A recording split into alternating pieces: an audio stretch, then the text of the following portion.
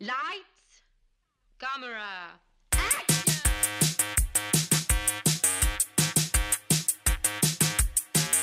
Bonjour à tous et bienvenue à On Jase de film. Mon nom est Guillaume Saint-Cyr et On Jase de film, je m'entretiens avec un invité ou une invitée de ses goûts en cinéma.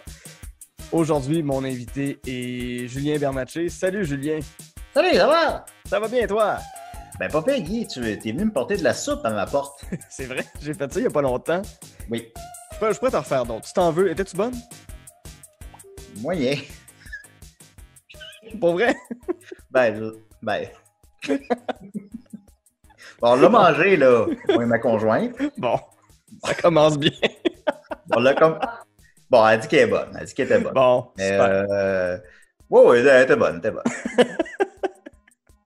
Excellent. Moi, je suis honnête. Moi, je suis un livre ouvert. Oui, puis non, puis tant mieux. Il faut prendre la critique, puis ça Non, mais je veux dire, désarçonne. au prix que je l'ai payé, là, on s'entend, là. Je sais que je sonne comme un ingrat, là. C'est juste, tu me poses la question, je sais te répondre, mais bon. Puis c'est parfait comme ça.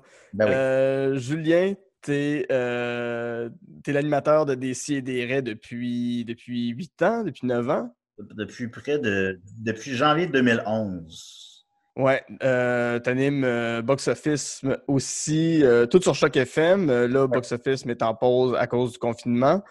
Quoique d'ici à ce que le podcast sorte, ça se pourrait que les cinémas commencent à réouvrir tranquillement en juillet.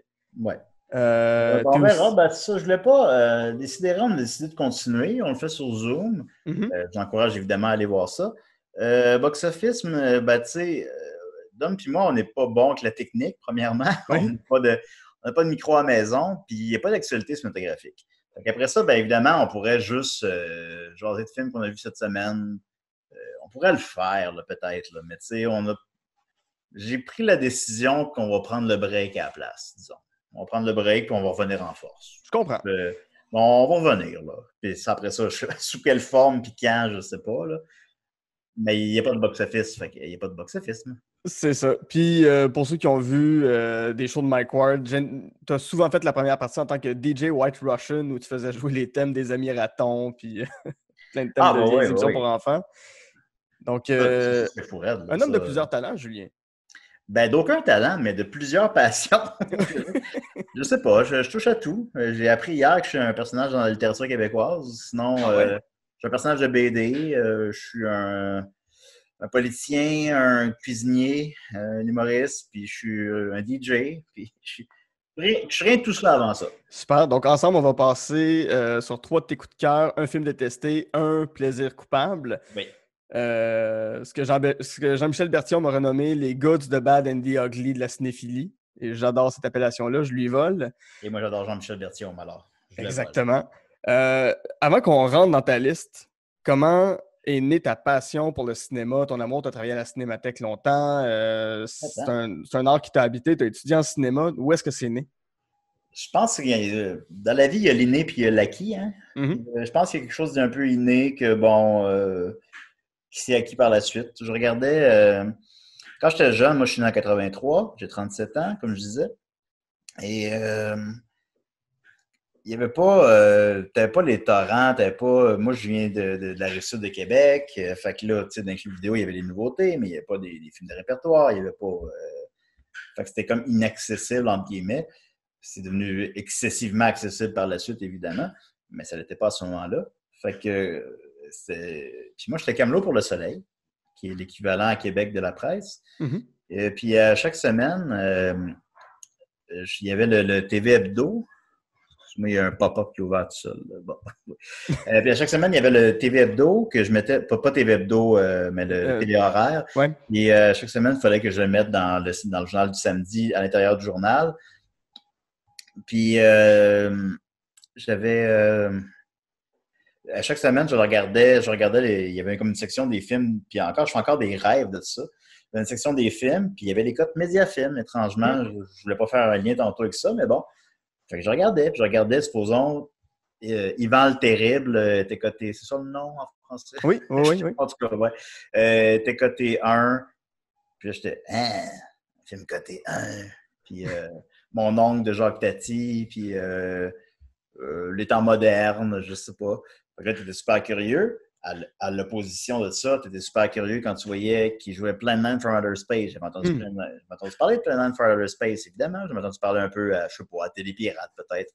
Puis, ça jouait pas. Puis, tu ne peux pas le trouver. Ça jouait jamais. Puis, à un moment donné, genre à 2h du matin, 2h24, évidemment, une heure fuck Oui, out, à Télé-Québec. Ouais. Plan 9 from Outer Space, il avait joué à CBC, je m'en rappelle, en fait.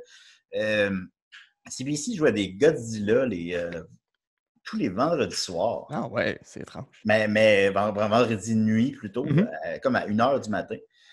Mais bon. Fait que là, ben, je voyais ça passer, puis fait que, c'est ça le spectre de l'intérêt pour le cinéma. C'est autant les navets que les chefs-d'œuvre, évidemment. Puis t'es curieux de voir ça, t'es curieux. Moi, à ce moment-là, j'ai pas d'éducation cinématographique. Là. J'ai pas lu de livre là-dessus, j'ai rien foutu. Puis je me souviens aussi que jeune, j'avais toujours une curiosité pour les films en noir et blanc. C'est pas ça pour être élitiste, prétentieux, whatever, mais c'est vrai, j'étais jeune, puis c'est les images qu'on voyait pas, puis que quand on voyait ça, qu'on voyait un 30 secondes de film en noir et blanc à Télépirate ou en 2 émissions au Canal Famille ou je sais pas quoi, j'étais comme, je trouvais ça full beau, puis j'étais super curieux de qu'est-ce que c'était. Donc, je pense que c'est la naissance de tout ça. OK. C'est beau. Parfait. Écoute, on va rentrer dans ta liste. Le premier film dont sûr. tu veux parler, c'est Breaking the Waves, 1996 de Lars von Trier. C'est un des premiers films du Dogme. Le Dogme qui était une espèce de... On va atteindre une pureté cinématographique avec cette façon de tourner là, sans artifice, avec rien filmé à l'épaule, en pellicule, tout ça. Ça met en vedette Emily Watson et Stellan Skarsgård. Qu'est-ce que t'aimes de ce film-là? Puis qu'est-ce que ça raconte? En plus, je ne suis pas les... là, je n'ai vraiment pas fait mes recherches avant par rapport à ça. Je ne sais pas si le Dogme était sorti à ce moment-là, mais je pense que oui, parce que c'est après Les Idiots, hein? Oui. Fait que le Dogme existait, ouais. Et je ne suis pas les règles du Dogme exactement, parce qu'il y a quand même... il y a des effets par ordinateur, c'est acteur professionnel, il y a la musique intradiégétique, mais entre les scènes, en tout cas, bon. Mais quand même, ça suit plusieurs règles du dogme, soit la caméra à l'épaule, puis Breaking the Waves, c'est un film que j'avais vu quand j'étais relativement jeune. Je ne sais pas précisément quand, je ne sais pas, genre du temps, je ne me rappelle pas précisément quand. Je l'avais écouté une seule fois, puis ça m'a tellement marqué que, parce que souvent, les films qu'on aime, je sais pas, Trainspotting, Pulp Fiction, bon, ils ont écouté 10 fois, Fargo, et 10 fois, 15 fois. Lui, j'ai écouté une fois, puis pas uniquement par rapport à la dureté de certaines choses qui se passent dans le film, mais juste, j'étais comme, c'est assez. Ouais. Finalement, je l'ai revu à la Cinémathèque il y a 2 ans, puis finalement, on en parle, je le réécouterai là. Mais, j'avais... J'étais commandé un DVD sur eBay, puis c'est un DVD japonais, puis en tout cas, clairement un bootleg. C'est un mauvais investissement. Je trouve que ça atteint... Lars von Trier, c'est quelqu'un... Je ne sais jamais si je le prononce correctement, mais en tout cas, c'est quelqu'un qui polarise beaucoup les gens. C'est une personnalité publique controversée pour certains de ses propos, pour certains, on l'accuse de misogynie, on l'accuse... il a fait des blagues sur les nazis à Cannes, qui étaient, à mon humble avis, clairement des blagues. Puis bon, tu sais, je suis capable d'accepter tout ça, mais ces films, moi, je trouve que c'est des grands films. Puis c'est un réalisateur qui m'accroche beaucoup. Puis je pense même ce qu'on lui reproche de plus grave, ça s'apparente pas à ce qu'on reproche à un Polanski. Là. Fait que, je pense qu'on peut faire la part des choses. Là. Tout à fait, ouais. Ouais, fait que c'est pas... il a l'air triste, anyway. Laissez-le tranquille. J'ai écouté son dernier, c'est The House that Jack Built. Oui. Puis, mon Dieu, c'est un gars malade. C'est un gars qui est pas... clairement, le personnage principal dans ce film-là est son alter ego. Puis, ça montre là, que c'est quelqu'un qui va pas bien. Puis, c'est un alcoolique toute sa vie. C'est son 13e film. J'ai lu une entrevue avec lui l'année dernière qui disait 13, c'est un beau chiffre. Je pense que c'est mon dernier. Pour l'instant, il semble effectivement avoir rien de prévu. Puis moi, je pense que le gars là est mort dans 2 ans. Puis ça va être... Mais Ben, je sais plus c'était quoi la question, là. Qu'est-ce que ça raconte, Breaking the Wave? Breaking the Waves, c'est une femme qui c'est dans une espèce de village portuaire où est-ce que une fille simple d'esprit, je ne saurais pas ce serait quoi les termes exacts à employer, décide de se marier un peu contre elle avec un gars. Mais tu sais, je raconte ça, mais je suis sûr à 100% que c'est ça les événements, en tout cas, mais bon. Puis elle se marie avec un gars, puis ça va bien. Puis, mais finalement, le gars a un accident de travail, puis devient paraplégique, puis je pense même qu'il croit qu'il va mourir. Fait que pour arrêter de lui faire du mal, il lui fait du mal à elle pour qu'elle le quitte. Mais tu sais, je raconte ça, puis je suis sûr à 100%, en tout cas, bon, c'est exactement ça qui se passe, là, vous comprenez. Puis finalement, ben, elle a fait une espèce d'immense don de soi, comme une martyre, comme une Jeanne d'Arc. Fait que là, elle se met à masturber un homme dans l'autobus. Puis finalement, elle va délibérément se faire violer pour lui.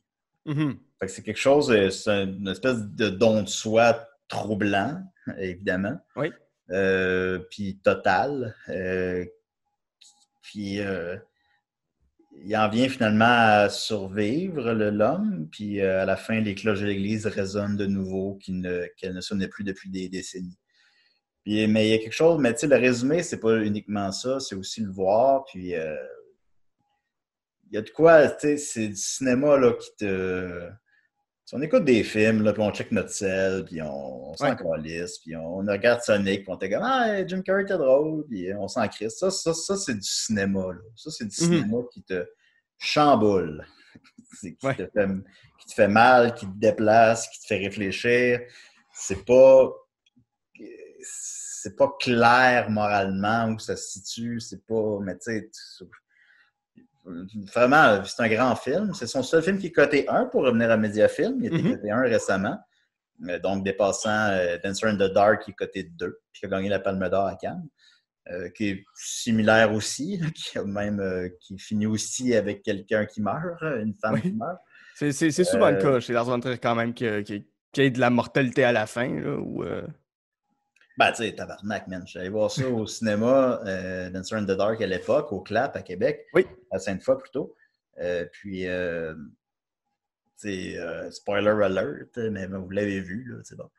Björk qui se fait pendre à la fin, puis t'es comme. C'est sans artifice, là. Oui, ça c'est dans Dancer in the Dark. Oui, dans Dancer in the Dark. Elle se fait pendre à la fin, puis t'es comme, ah, bon, c'est d'une cruauté, là. Ça fesse, mais pourquoi pas? Pourquoi pas? Je regardais, on avait reçu Robert Morin à la Cinémathèque, puis il disait, mais pour moi, le cinéma, ça devrait être un caillou dans le soulier. Tu sais, pour plusieurs personnes, le cinéma, ça doit être uniquement divertissement, puis c'est correct. Je pense que c'est parfaitement correct. C'est parfaitement correct qu'on aille voir Sonic, qu'on aille voir Star Wars, c'est bien correct. J'aime ça, Sonic et Star Wars, par ailleurs. C'est pas ça. Mais tu sais, le cinéma peut être autre chose. Le cinéma peut chambouler, faire mal, puis ben, je pense que c'est ça qui expliquait quand même. Je pourrais dire ce qui le rejoint aussi plus. Exact. Puis ta liste, aujourd'hui, les auditeurs vont le découvrir, mais c'est souvent des films qui sont très, très durs, qui tendent notre élastique de la tolérance par moment aussi. Là. Quand on avait parlé la première fois, on pourrait revenir plus tard, mais tu as Laurency dans ta liste qui sont aussi, là, comme Breaking the Waves, qui cherche à c'est quasiment un test d'endurance par moment, là, jusqu'où tu peux en prendre. Ben, c'est un test de Laurency, ben, on en parlera plus longuement quand on y viendra, mais Laurency, c'est un test d'endurance dans tous les sens. C'est un film qui est divisé en quelque chose comme 24 plans, je ne sais pas le chiffre exact. C'est des très longs plans, puis tout est endurance, puis ça fait. Oui, c'est des films. C'est des films déprimants, on va le dire comme ce que c'est. Ouais. C'est des films rough, mais c'est ça que j'aime. J'écoute pas juste ça, là. J'écoute Jackass comme tout le monde. Là. Oui. Mais puis j'adore Jackass. J'aurais pu mettre Jackass là-dedans, en fait. Ça aurait été bien correct. C'est moi, ça me parle. Ça me parle plus que le reste. Là. Ça me parle. Puis ça me rend pas si déprimé que ça non plus. Puis je saurais peut-être pas comment le mettre en mots, mais c'est pas des choses qui m'affectent énormément au final. Sur mon moral, j'ai l'impression que c'est plutôt OK, tu sais, on est en résonance avec le monde qui nous entoure. Là. Oui, c'est tough. Mais je suis correct, là. Ça me. J'aime ça, les films déprimants. J'aime ça. Ben, c'est bien correct, c'est bien correct. Puis c'est que des fois, voir une œuvre déprimante, ça nous remet en perspective sur notre propre malheur ou notre propre. Tu sais, on a tous des moments où est-ce qu'on a un mal de vivre, puis de voir quelqu'un Ben, qui va évidemment. encore plus mal. Comment? Ben, évidemment, tu sais, on est dans une société de performance. Mhm. Tout le monde est anxieux, tout le monde est en compétition avec tout le monde pour la moindre calice de niaiserie. Tout est beaucoup plus complexe que ça l'a déjà été à une autre époque. Par contre, bien d'autres choses sont plus simples aussi. Et bon, Oui. mais tu sais, fait qu'on est anxieux. Fait que tu sais, je pense que c'est bien de juste des fois regarder le miroir. Puis c'est ça, moi. Mais encore une fois, je comprends, tu sais, Laurentier pour quelqu'un, si c'est terriblement ennuyeux, lent et trop déprimant, c'est parfaitement valable. Là. Mhm. L'opinion d'un autre est valable. Là. Exact. Mais tu sais, moi, Oui. j'aime ça. Super. On va passer à ton deuxième film que j'ai commencé, que j'ai pas encore terminé, parce que c'est un film de 3h30. Tu as parlé de ton amour pour le noir et blanc. Là, c'est une œuvre en noir et blanc. C'est un film français de Jean Eustache. Le très mythique La maman et la putain. Là, dès qu'on entre en cinéma, dans les cours de cinéma au cégep ou à l'université, on va se faire parler de La maman et la putain. C'est encore là un test d'endurance parce que c'est 3h30. C'est avec Jean-Pierre Léaud, qui est le Antoine Doinel des films de François Truffaut, qui là joue une espèce de personnage hyper détestable, super narcissique, qui a l'impression que c'est le genre de personne qui traverse la vie un peu comme un serpent, là, que tout coule, tout est tout le temps facile, puis c'est pas nécessairement qu'il réussit, mais c'est un intello, il a fait la Sorbonne, il se tient au Café des Deux Magots, au Café de Flore, à Saint-Germain-des-Prés. C'est un personnage qui fait juste flâner là, quasiment tout le long du film. Ouais.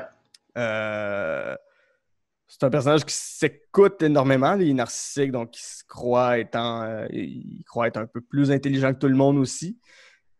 Qu'est-ce qui te rejoint dans une œuvre comme La maman et la putain? Ben d'abord, je dirais que le serpent, c'est bon, ça. Ouais, c'est une belle métaphore pour le représenter, ouais. C'est parce que le serpent aussi est mal intentionné. Aussi. Ouais. Puis sinon, ben, se glisse dans tout. Ben, il n'est pas mal intentionné, mais narcissique, évidemment, n'est pas un beau trait de caractère. Malheureusement, je pense que je le partage avec lui, mais ça, c'est pas grave. J'ai d'autres qualités. Bien sûr. Ben oui, ben évidemment. C'est un film qui... évidemment que c'est un film qui est par où commencer? C'est un film qui est long. Oui. Qui est en noir et blanc. De 73, si je ne me trompe pas. Oui, exactement. De Jean Eustache, qui a fait 2 films, dont le deuxième a connu beaucoup moins de succès ou a beaucoup moins résonné auprès des gens, puis par la suite, il s'est suicidé. Puis c'était basé sur ce qu'il avait vécu réellement. Il avait vécu comme il y avait l'amour de 2 femmes, puis finalement, les 2 filles ont finalement été correctes avec ça. Il a comme fréquenté les 2 filles, puis fait que c'est similaire à ça. Une des 2 femmes qui, je crois, représente, entre guillemets, la maman. Une figure maternelle là, ou plus protectrice. Ouais. Tandis que, entre guillemets, la putain est plus,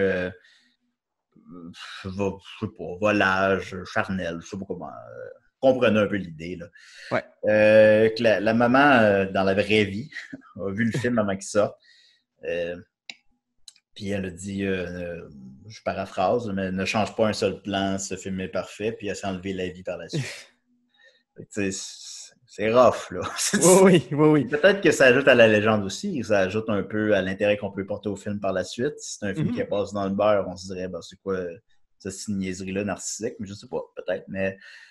Fait que c'est un test d'endurance, évidemment. N'importe quel film de 3h30, même un Marvel, c'est un test d'endurance. Fait qu'imagine un film en noir et blanc avec des gens qui parlent, puis c'est juste ça, c'est des gens qui parlent. Il y a, pour ainsi dire, pas d'intrigue. Il y a une très légère intrigue, là. Il n'y a pas zéro intrigue, mais il n'y en a pas vraiment. C'est lui qui erre dans les cafés, qui va voir les filles, est arrogant, effectivement, qui se croit au-dessus de tout le monde, qui écoute pas vraiment les désirs des autres, mais que malgré tout, il y a une espèce de magnétisme qui fait qu'on le tolère, qui fait qu'on tolère ah ouais, c'est un petit d'épais, mais on le tolère parce qu'il y a le fun, puis je sais pas, il y a quelque chose là-dedans qui s'apparente à la vraie vie aussi, quand même.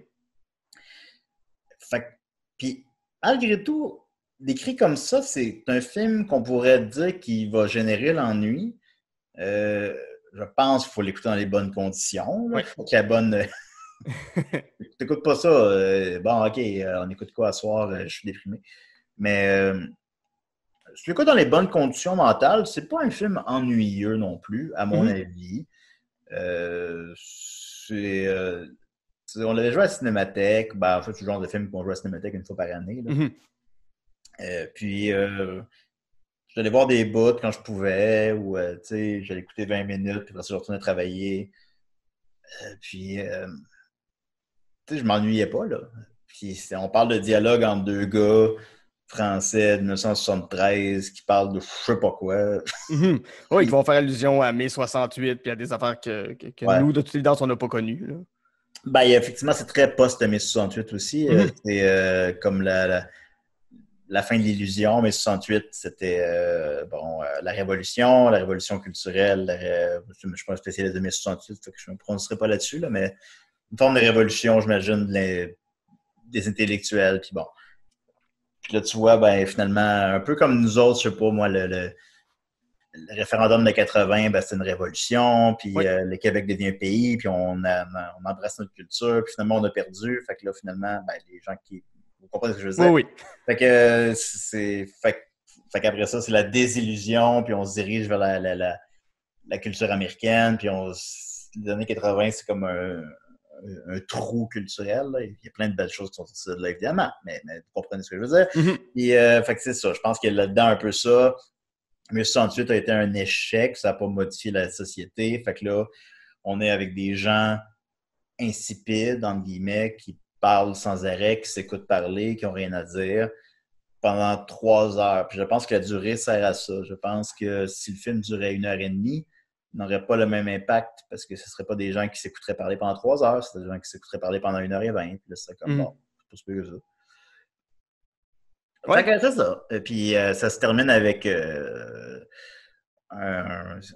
entre guillemets la putain qui fait un long speech sans interruption de 6-7 minutes sur leur relation insipide qui les unit, puis en pleurant, puis c'est excessivement touchant. Puis c'est vraiment... Puis tu sais, ça fonctionne si tu l'as... Ben, ça fonctionne si tu l'écoutes sur YouTube, mais ça fonctionne encore plus si tu l'écoutes si tu écoutes le film en entier, parce que là, tu fais 3 heures que tu écoutes un hostie d'épais parler sans arrêt, de rien, quelqu'un qui s'écoute parler, qui comme je fais présentement. Puis là, à la fin, que là, tu as ça, puis elle qui dit on parle et on parle et on parle, mais on fait rien, on ne s'aime pas et on ne se comprend pas. Puis là, t'es comme wow. Ouais. Il y a quelque chose là-dedans qui m'a beaucoup touché, puis je me disais, mon Dieu, j'aimerais ça faire un film comme ça. On avait reçu Anémon à Décideret. Oui. Qui a fait nuit numéro 1. Il a fait nuit numéro 1, son premier film. On en a fait 3 autres depuis. Jeune Juliette récemment. Oui. Puis Nelly, le film sur Nelly Arcan. Oui, absolument. Puis nuit numéro 1, ben, c'est très similaire dans les dialogues qui sont pas des dialogues qui sont pas naturels, vous comprenez? Tout ça. Puis j'en ai parlé, puis elle a fait oh, elle a fait un maman la putain québécois. Là. Puis c'est ça. Il y a un impact là-dedans quand même qu'on c'est pas pour tout le monde, puis c'est pas c'est bien correct comme ça, mais quand ça touche ta corde sensible, ça j'aime bien ça. Oui. Fait que là, elle m'a volé l'idée de faire le maman latin québécois, mais c'est pas grave. Mais tu peux le faire du point de vue de Julien Bernatchez. Ça serait super intéressant aussi. As-tu déjà toi-même été pris dans une espèce de... Je veux pas dire un tourbillon, mais une espèce de relation où tu sais plus trop avec qui tu veux être, puis... oui, dans ma vie, oui. Là. pas là. Oui, non, t'es avec ta blonde depuis un certain temps, puis ça a l'air de bien aller. Ça va très bien. Mais oui, dans ma vie, oui. Là, j'ai déjà, j'ai déjà fait ça. Je vais dire. Mais c'est. Oui, puis, ben, puis écouter parler, je sais pas. Tout est. J'aime. Remplir le vide de vide, là. Il y a quelque chose, je sais pas, il y a quelque chose qui m'a vraiment touché. Puis évidemment, c'est pas un film que j'écoute régulièrement. Qui écoute ça régulièrement? Quand même, ça dure 3 heures et demie. Mais je l'ai vu quand même quelque chose comme 3 fois dans ma vie, puis réécouter avec certains extraits. Je le conseille vraiment. Puis il est tout sur YouTube. Oui, il est au complet, sans interruption. Là. Ah ouais. Écoutez-le dans les bonnes conditions d'esprit, évidemment, mais ouais. Excellent. Et justement, on l'a annoncé tantôt, mais Laurency, l'autre film très sombre de... Comédie de l'été. oui, avec Patrick Huard dans le rôle du Québec. Yes. Laurency, c'est un film de Mathieu Denis et Simon Lavoie. C'est avec Emmanuel Schwartz, tu l'as dit, grosso modo 24 plans. Ça dure quoi, à peu près 1 heure et demie, 2 heures? Ça dure 2 heures, je ne me trompe pas. Ouais. C'est un petit peu long, c'est pas la putain, mais c'est un petit peu long, c'est 2 heures. C'est encore là, de quoi ça parle, ce film-là? Laurency, c'est Simon Lavoie et Mathieu Denis. Mathieu Denis. Mathieu Denis? Bien plate comme nom. On le salue. On le salue. Puis écoute, j'ai tout écouté leur film, à part Le Déserteur, mais je pense qu'ils le renient peut-être un peu. Mais en tout cas, je ne vais pas parler en leur nom, évidemment. Mais j'ai écouté l'année dernière, Simon Lavoie, il a fait La petite fille qui aimait trop les allumettes. Là. Oui. Hey, c'est bon, tabarnak, man. C'est bon ce qu'ils font, eux autres. Tout ce qu'ils font, je les écoute. Et puis ceux qui ne font que la révolution à moitié creusent leur tombeau. Bon, évidemment, personne n'est capable de dire le titre correctement. Il est beaucoup trop long. Tout ce qu'ils font, j'aime ça. Mais Laurency, ben, c'est vraiment le film qui m'a le plus marqué. Évidemment, ça a une sortie complètement anonyme. Mm-hmm. Il y avait marqué mon intérêt, c'est que j'avais vu qu'il était coté 18 ans et plus, ce qui est super rare au Québec. Vraiment, tout à fait, ouais. Ouais, ben, tu sais, de nos jours, là, avant, il y avait quand on était jeune, il y avait le 18 ans et plus facile, là, mais tu sais, genre, Jason était 18 ans et plus, mais, oui. Mais ça a tout été redescendu à 13 ans. Fait que, tu sais, c'est rare un nouveau film qui sort à 18 ans. Il y a L'Acrobate cette année de Rodrigue Jean qui est 18 ans. Mais ça arrive comme jamais. Fait que là, je voyais le petit poster dans le journal, puis c'était écrit 18 ans et plus, j'étais qu'est-ce qu'il y a dans ce film-là pour que ça soit 18 ans et plus? Puis je l'ai vu finalement, quand je l'ai vu la première fois, je ne me rappelle pas. C'est en 2011, donc ça doit être là. Ouais, mais je ne l'ai pas vu au cinéma parce que sa sortie au cinéma a été. Ben, je sais pas ce qui s'est passé, mais je pense qu'il a joué dans comme une salle une semaine. Là. De quoi de même, là? Je sais pas précisément, je ne vais pas dire n'importe quoi, mais je me souviens qu'il a joué dans très peu de salles et très peu longtemps. Très peu longtemps, voilà. Après ça, j'avais réussi à me procurer le film, puis j'avais écouté. Puis ça m'a beaucoup parlé. Puis par la suite, je pense que je l'ai réécouté 6 fois. Puis je l'ai réécouté encore cette année. Je l'ai réécouté encore le 3 mois. Il se trouve en DVD, si vous voulez l'écouter. Parce que maintenant, les films sortiront plus tant en DVD, puis encore moins des films anonymes comme ça. Effectivement. Je pense même qu'il est sur Éléphant, sauf erreur. Il est sur Éléphant? Bon, voilà, je vous conseille. Il faut être dans le mood. Là. Mais ça c'est vraiment déprimant. Là. Fait que c'est un jeu. C'est dur de résumer l'histoire, hein, mais c'est un gars qui revient à Montréal, qui était parti je ne sais pas où. Il retrouve sa blonde, tout ça, mais finalement, ça ne marche pas vraiment. Mais c'est parce que c'est pas l'intrigue qui est importante, c'est l'ambiance, c'est le mal de vivre, c'est les non-dits.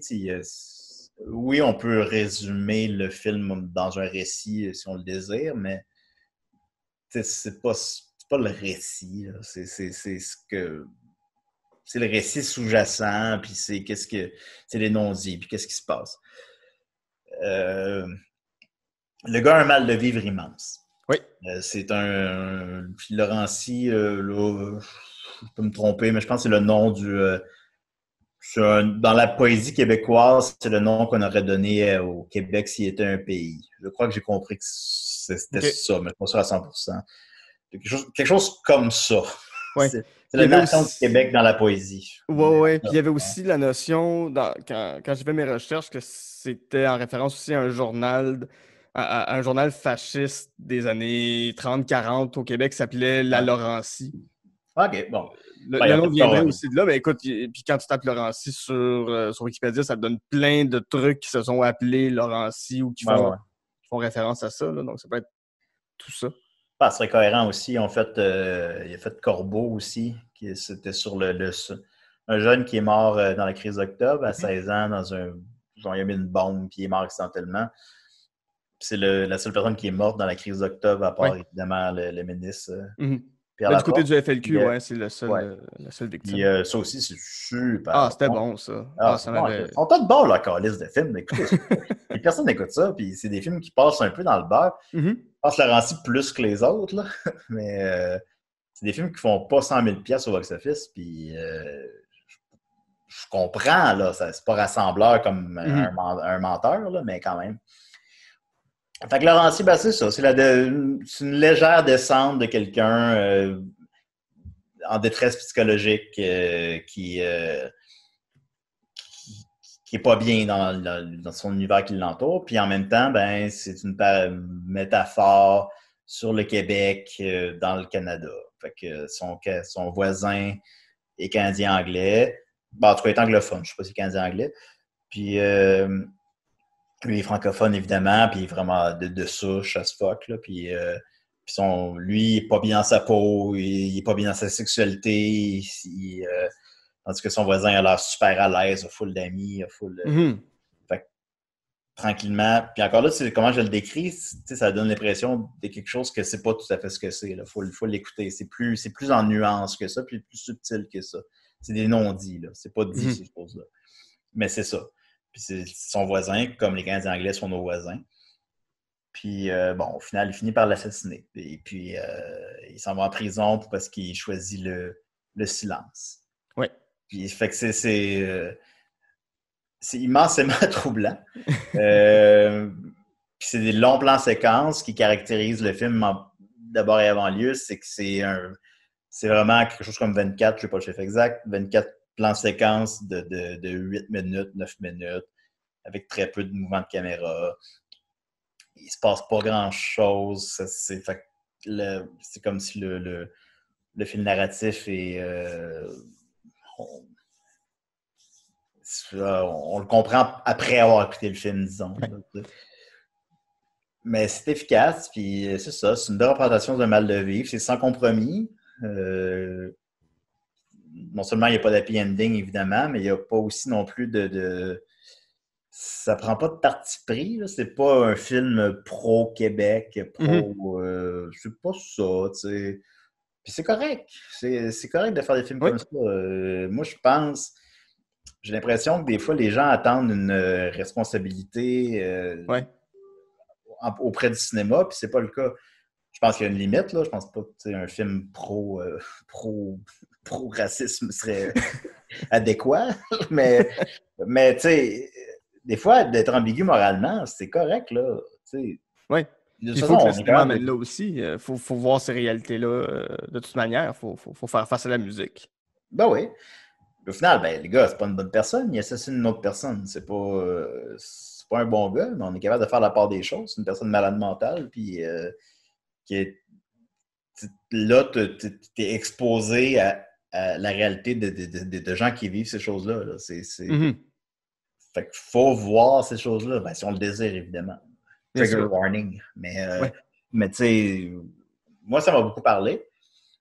Puis, écoute, on en parle, je l'écouterai là. Quelque chose là-dedans, je sais pas pourquoi, là, mais du coup, dans ce film-là,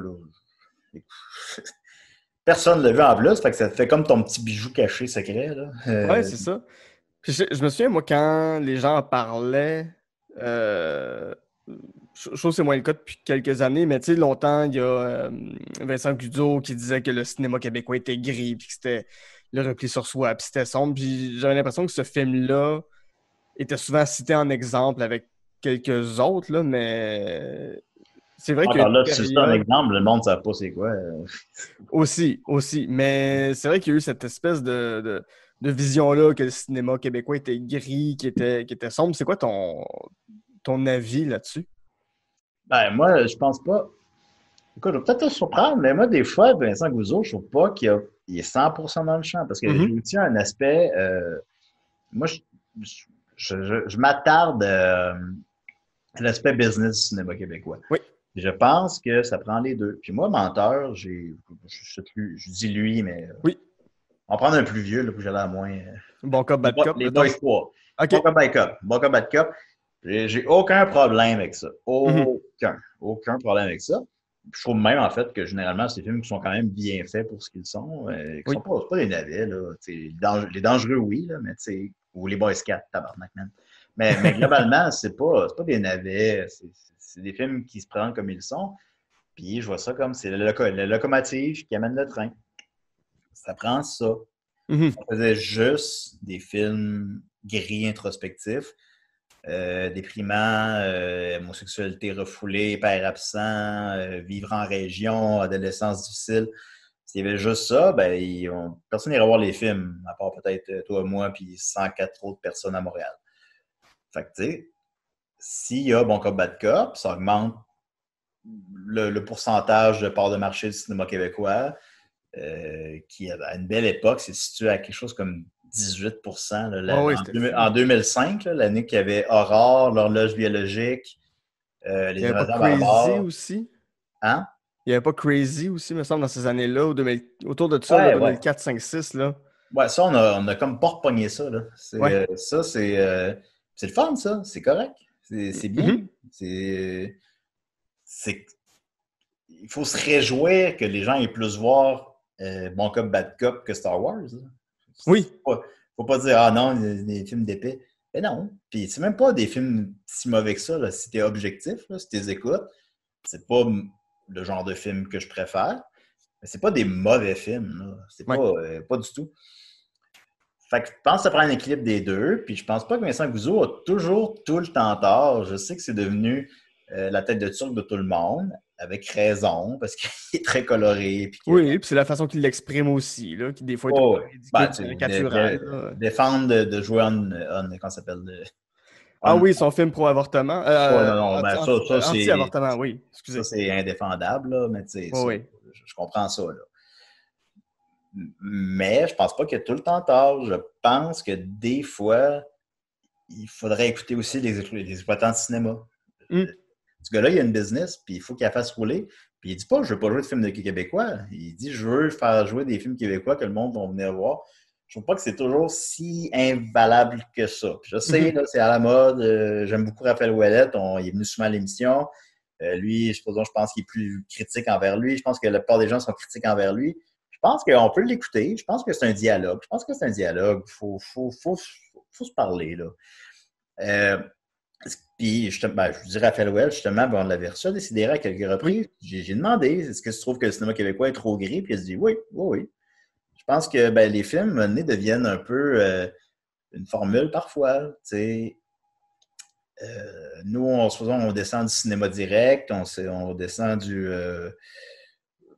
Parce on a peu de moyens, fait qu'on fait beaucoup avec peu. Fait que c'est cinéma caméra à l'épaule qui vont mélanger acteurs non professionnels avec acteurs professionnels. C'est un peu les thématiques reviennent beaucoup. Mais c'est parce que ça vient à un point où est-ce que les films se ressemblent ou à tout le moins deviennent un peu anonymes. Mhm. Euh, Moi, j'aime ça. Je te parle de Laurency, personne ne l'a écouté, puis j'adore ça. Oui, oui, oui. Moi, je suis absolument pas contre, bien sûr. Mais des fois, supposons le film québécois qui a eu full budget, que ça va être, là, je nomme personne, là. Je ne suis pas en train de nommer un film à demi-mot. Mais le film québécois anonyme, là, qui a coûté 4 millions, que c'est la mère monoparentale, le père s'est suicidé, le fils est homosexuel, puis ça va mal, puis il y a une fin ouverte. Là, tu sais, maintenant, ça devient qu'on en a fait 14, puis là, ça intéresse personne. Oui.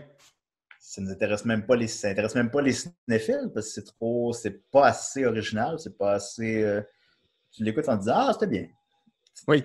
Fait que je pense qu'on peut se permettre une réflexion. Je pense, ceci étant dit, je pense qu'on fait du très bon cinéma. On fait du cinéma d'exception, en fait, Mhm. là, Je suis bien avec les d'accord. moyens qu'on a. Les Québécois font partie du Canada, évidemment. Mhm. Puis, année après année, après année, après année, après année, après année, c'est juste des films québécois qui représentent le Canada aux Oscars. C'est pas un hasard, là. Oui, Il y a 9 autres provinces, là. C'est juste le Québec, toujours. Il y a oui. juste des cinéastes québécois. Bien, évidemment, il y a David Cronenberg, puis il y a Tom Egoyan, puis bon. Mais c'est juste le cinéma québécois qui représente le Canada aux Oscars. C'est juste le cinéma québécois qui se démarque à l'étranger. On a de Nick Côté. J'ai écouté le Mhm. répertoire des films des villes, pardon, le répertoire des villes disparues récemment. C'est excellent. Je vous conseille fortement. Filmé en 16 mm. C'est super hot. On fait du bon cinéma, là. Oui, oui, oui, vraiment. Mais oui, on peut se poser des questions parfois, je pense. Exact. Puis j'aime beaucoup, on va finir là-dessus, mais j'aime beaucoup cette espèce de renaissance qu'il y a en ce moment de faire des films où c'est des portraits d'adolescents. Je trouve que là, on est rentré dans cette vague-là là, avec Jeune Juliette, avec Prank, avec Ouais. Charlotte a du fun. C'est tous des films qui s'intéressent aux ados, puis des ados qui sont pas dépressifs ou qui sont pas sombres dans leur coin. Là. C'est des jeunes qui vivent avec d'autres jeunes. J'aime cette mouvance-là en ce moment qu'on vit. Ouais. C'était quoi l'autre qui avait bien marché l'an passé, là? Poster était vert, là. Je sais plus, en tout cas. Oh, Mais sinon, Madog Lavine aussi. Madog Lavine, il y avait. C'était deux filles. J'avais même pas compris sur la boîte que c'est une fille. Je pensais que c'était un gars. OK. C'est deux adolescentes qui sont amies, puis c'est comme un truc sur l'amitié un peu, au final, disons. L'amitié en région. Puis, oui, il y a ça beaucoup. Mais je pense encore, ben, tu sais, on a un problème identitaire au Québec. On est comme. On a un problème identitaire avec le Canada. Fait que là, ça se reflète. On a un problème identitaire avec le monde. Fait que ça se reflète dans le cinéma. Problème identitaire veut dire homosexualité, veut dire adolescence, veut dire. Fait que je pense que c'est une des raisons pourquoi c'est des thèmes qui sont très récurrents dans notre cinéma, supposons. On va laisser ces réflexions-là en suspens auprès des auditeurs. S'ils veulent commenter sur les réseaux sociaux, vous pouvez venir. Là-dessus, on va faire une petite pause et on va revenir de l'autre côté.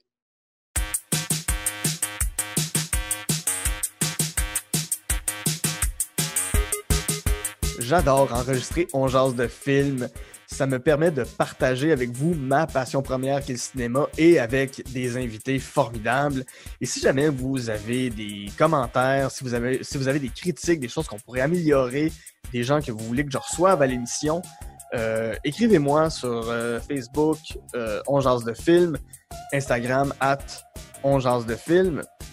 Venez me parler, faites-moi vos listes, vos 3 coups de cœur, les films que vous détestez, les films qui sont des plaisirs coupants pour vous. Je vais vraiment avoir un plaisir fou à vous lire. Sur ce, je retourne avec mon invité pour Jaser de films. De retour à On jase de films avec mon invité Julien Bernatchez, avec qui en première partie... Salut! En première partie, on a parlé de Breaking the Waves, La Maman et la Putain et Laurentie. Et on revient maintenant avec... c'est pas un film que tu détestes, c'est plus un genre très, très spécifique. On a fini tantôt en parlant du Québec, puis en parlant de l'héritage du cinéma direct, du cinéma vérité. Dans ce que t'aimes pas, c'est les documentaires sociaux, les documentaires qui ont un angle, j'imagine des documentaires un peu militants. Qu'est-ce que t'aimes pas de ce genre de cinéma-là? Ben, évidemment, d'abord, je préciserais en premier lieu que je les déteste pas, là. OK. Pas tous. On peut pas les détester, là, quand même, là. Mais c'est que moi, j'ai travaillé 7 ans à la Cinémathèque. J'ai travaillé 4 ans à la Médiathèque où j'étais j'étais commis, comme on peut dire, mais disons que c'est une forme d'archivisme là, que je faisais, là, mais bon. Puis 3 ans comme dans les salles. Qui était un moins bon poste, mais c'était un choix que j'avais choisi parce que j'étais tanné.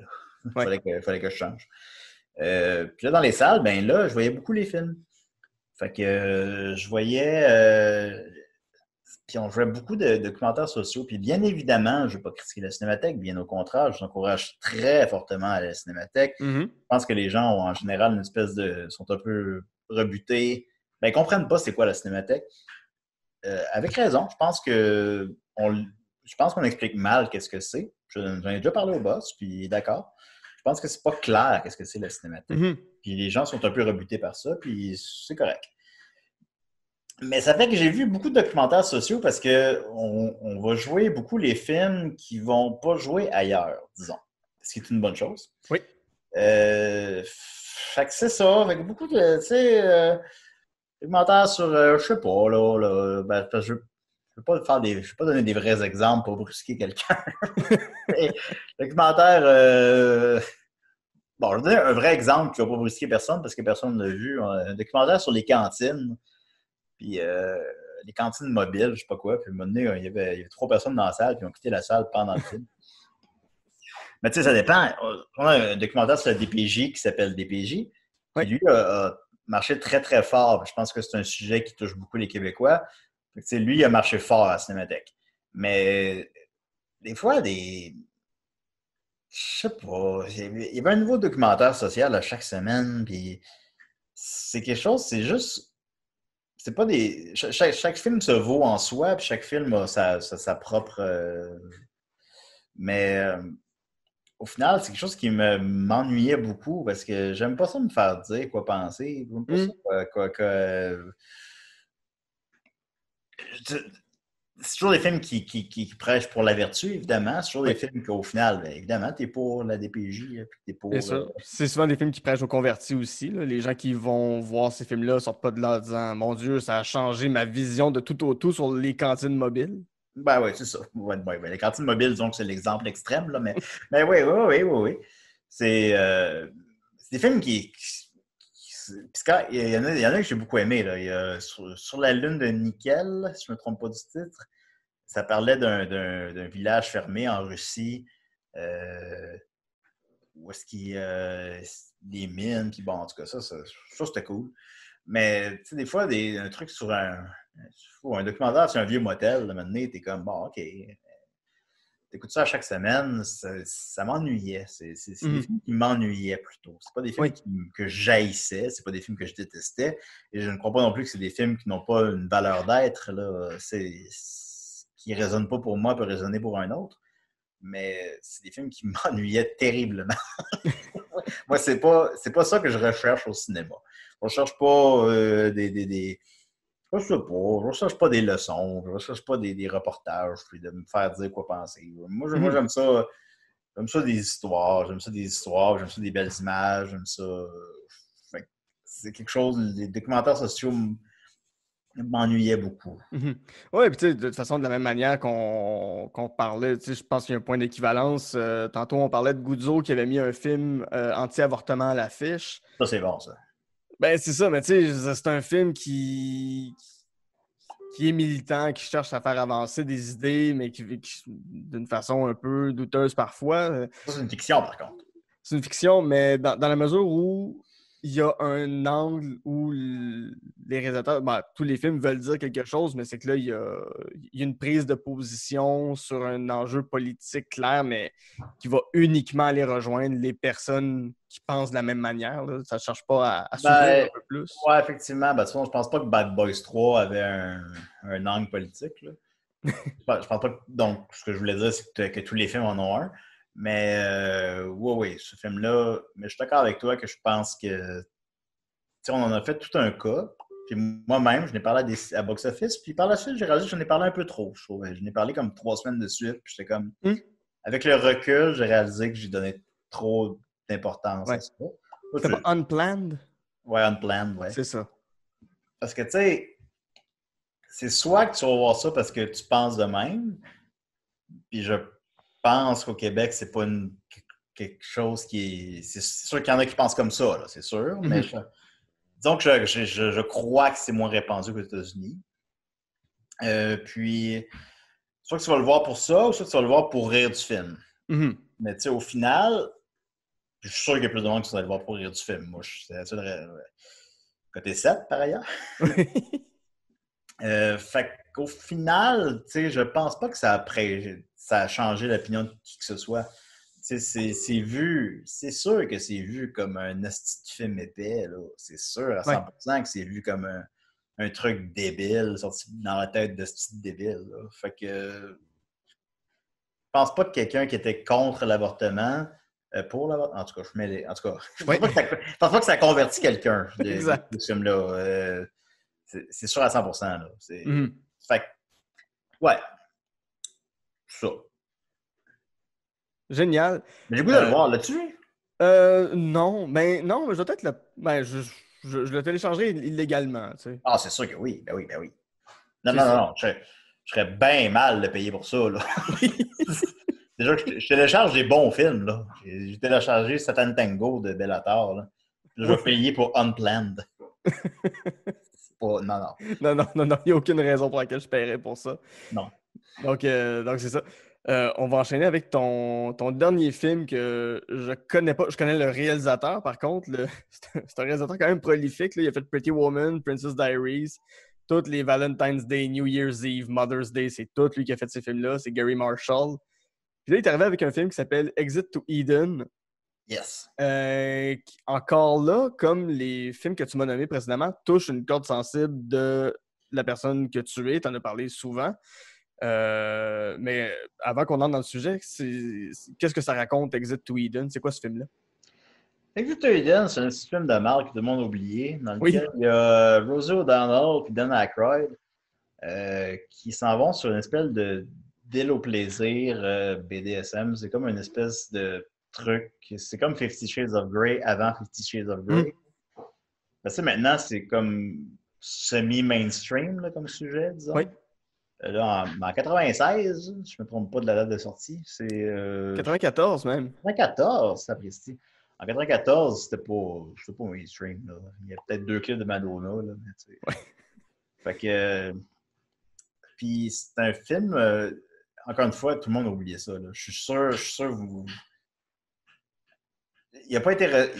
J'ai checké la page Wikipédia l'autre jour, puis je pense qu'il n'y a pas de sortie DVD du film. Je peux me tromper, là, mais Ça je pense qu'il n'y a pas de se sortie DVD du film. C'est le film que Dan Aykroyd, dans lequel il a joué, qui aime le moins.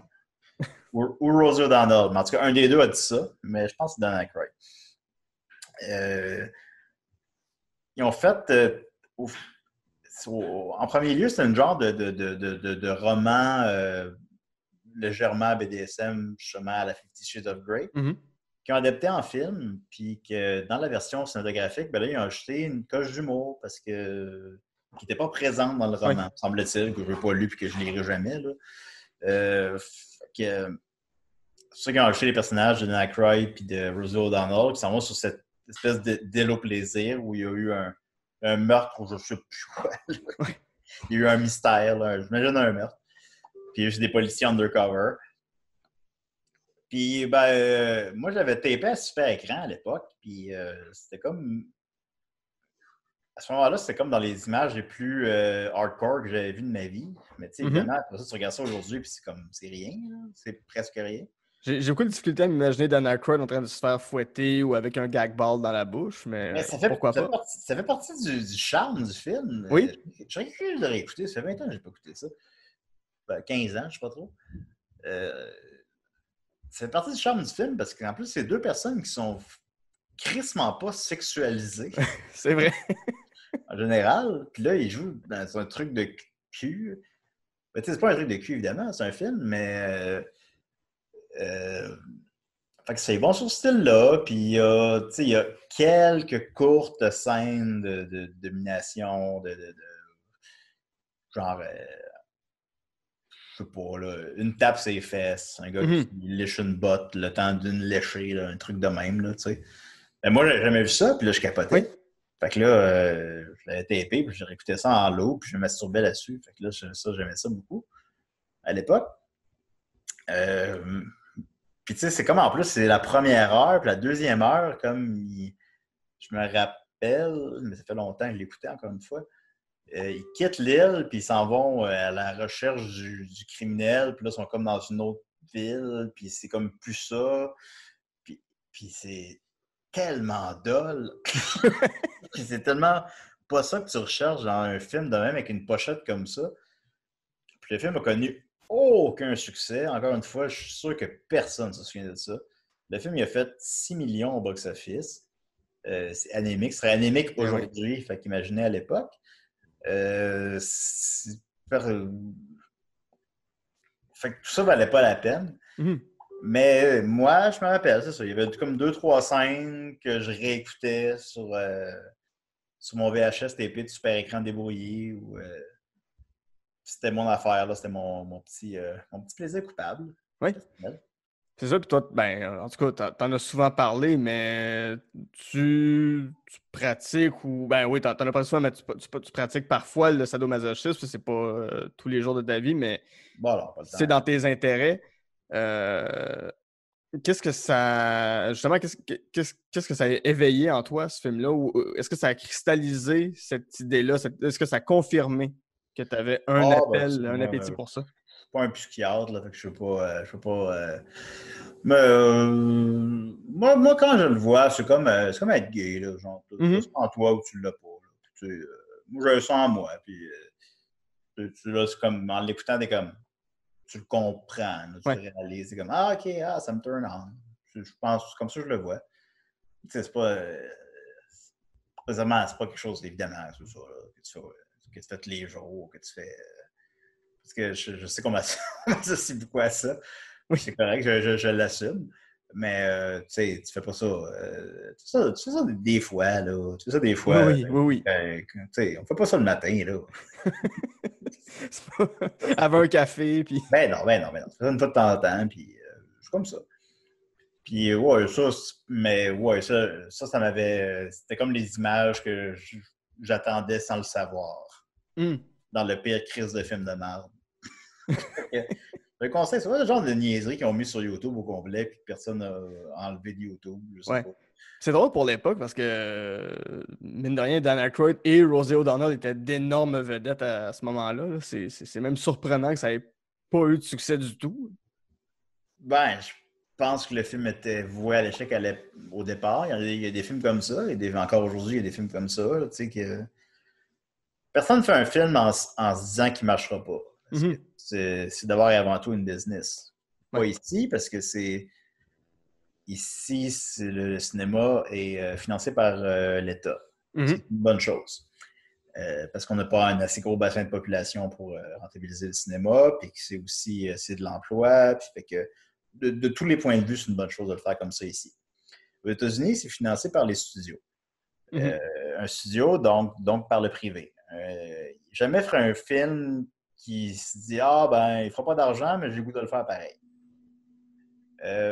Fait que c'est sûr qu'en premier lieu, ils se disent « Ah, ben, je sais pas, c'est un roman qui a pogné, le monde va... Rosie O'Donnell qui est en dominatrice, c'est drôle, le monde va aimer ça. » Mais au final, ben, tu sais, ça a fait une espèce de vomi impossible à vendre qui est comme entre la soft porn, puis la comédie, puis le trailer.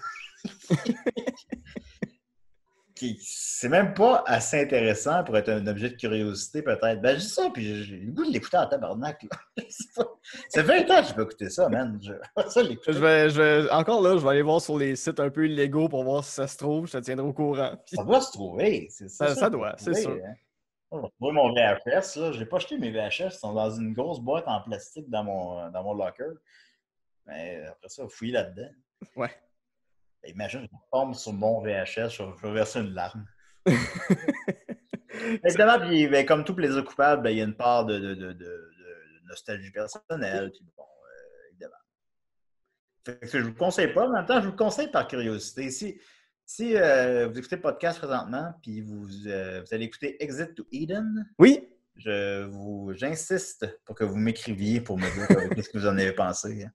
Je t'en parlerai, puis vous pouvez encore là nous écrire sur la page de l'émission. Je m'en calisse, là, mais Exit to Eden, je veux savoir qu'est-ce que vous en avez pensé. Parfait. Julien, ça a été un énorme plaisir de t'avoir au podcast une deuxième fois. Ben oui. Puis on en refera un deuxième officiel. Là, Avec les mêmes films. Oui. Écoute, j'ai vraiment hâte de reparler encore des documentaires prochains à la Cinémathèque. Si jamais les gens veulent te retrouver sur les réseaux sociaux puis t'écrire pour te dire ce qu'ils ont pensé d'Exit to Eden, qu'est-ce qu'ils doivent faire? Ma page Facebook là, est publique. Là, fait que, Oui. j'ai le max d'amis depuis 4 ans. Là, mais elle est publique. Là. Vous pouvez aller. Tu ne pas faire une fanpage et contrôle. Genre, Non, j'ai non. 2 pages, ça ne me tente pas. Là. Fait que, donc, ma page publique, allez voir ça, c'est public. Puis je vais lire les messages, puis même les messages qui tombent dans la boîte autre, je vais checker aux 2-3 jours. Là. Fait que, normalement, je réponds à presque tout le monde sur le décide d'effet. Sinon, Bernard chez Joe, tous les lundis, ma bande dessinée. Décideret tous les samedis. On continue. Box Office les jeudis, mais là, on t'en pause évidemment. Carapace Blues les mercredis, mais on t'en pause ça aussi. Puis c'est ça. Puis les shows, mais on t'en pause ça aussi.